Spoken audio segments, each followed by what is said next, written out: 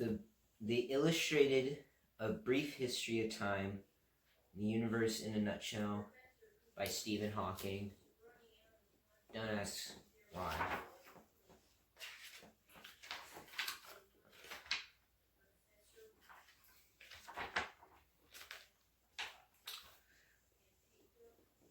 I didn't write a foreword to the original edition of A Brief History of Time. That was done by Carl Sagan. Instead, I wrote a short piece titled Acknowledgements, in which I was advised to thank everyone. Some of the foundations that had given me support weren't too pleased to have been mentioned, however, because it led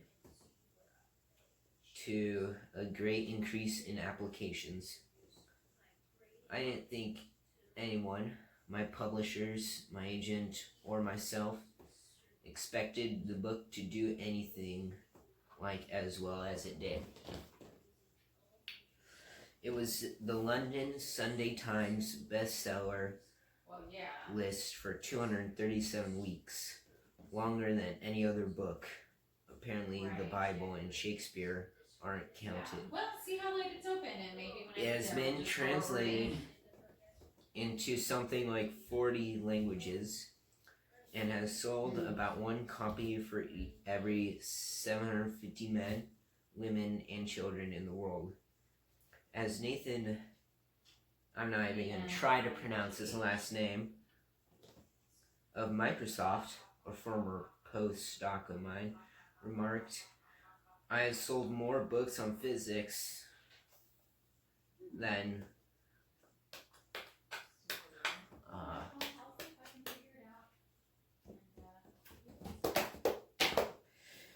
the success of A Brief History indicates that there is widespread interest in the big questions like where did we come from and why is the universe the way it is. However, I know that many people have found parts of the book difficult to follow. The aim in this new edition is to make it easier by including large numbers of illustrations. Even if you only look at the pictures and their captions, you should get some idea of what is going on. I have taken the opportunity to update the book and include new theoretical and observational results obtained since the book was published on April Fool's Day, 1988. I have included a new chapter on wormholes and time travel. Einstein's general theory of relativity seems to offer the possibility that we could create and maintain wormholes, little tubes that connect different regions of space-time. If so, we might be able to use them for rapid travel around the galaxy or travel back in time. Of course, we have not seen anyone from the future, or have we? But I discuss a possible explanation for this.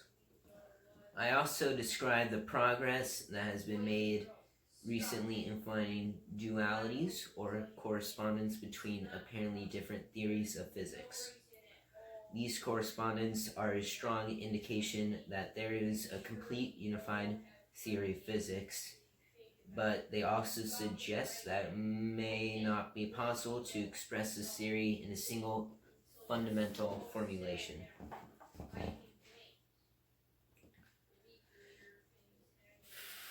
Instead, we may have to use different reflections of the underlying theory in different situations. It might be like being unable to represent the surface of the Earth on a single map and having to use different maps in different regions. This would be a revolution in our view of the unification of the laws of science, but it would not change the most important point, that the universe is governed by a set of rational laws and we can discover and understand. On the observational side, by far, the most important development has been the measurement of fluctuations in the cosmic microwave background radiation by COBE, the Cosmic Background Explorer satellite. and other collaborations. These fluctuations are the fingerprints of creation, tiny initial irregularities in otherwise smooth and uniform early universe that later grew into galaxies, stars, and all the structures we see around us. Their form agrees with the predictions of the proposal that the universe has no boundaries or edges in the imaginary time direction, but further observations will be necessary to distinguish this proposal from other possible explanations for the fluctuations in the background. However, within a few years, we should know whether we can believe that we live in a universe that is completely self-contained and without beginning or end. Stephen Hawking, Cambridge, May 1996. Chapter 1, Our Picture of the Universe. A well-known scientist, some say it was Bertrand Russell, once gave a public lecture on astronomy. He described how the Earth orbits around the Sun and how the Sun, in turn, orbits around the center of a vast collection of stars called our galaxy.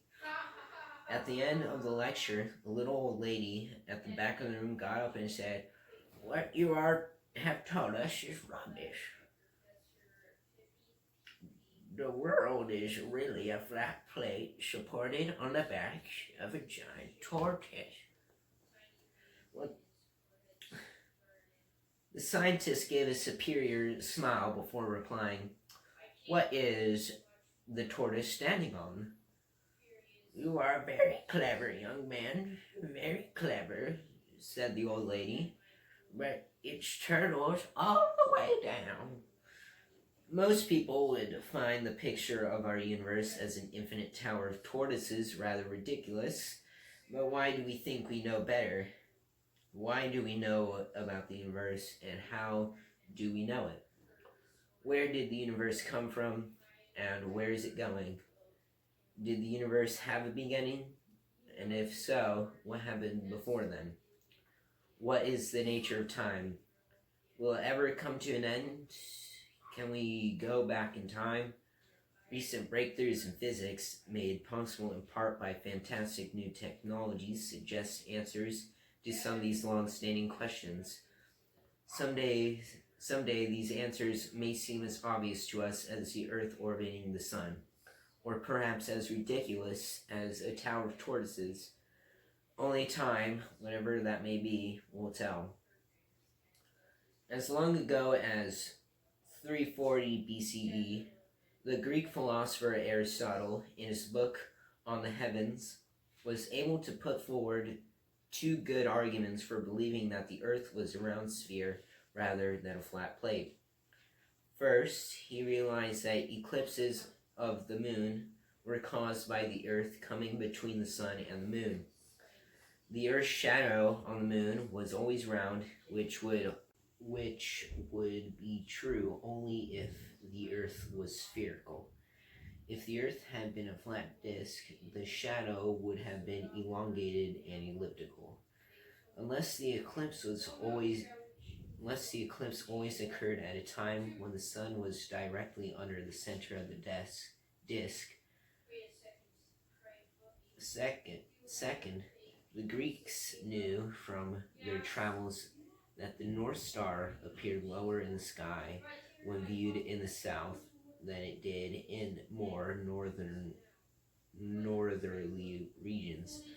Since the North Star lies above the North Pole, it appears to be directly above an observer at the North Pole.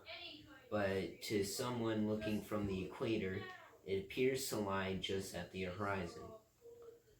From the difference in the apparent position of the North Star in Egypt and Greece, Aristotle even quoted an estimate that the distance around the Earth was 400,000 stadia.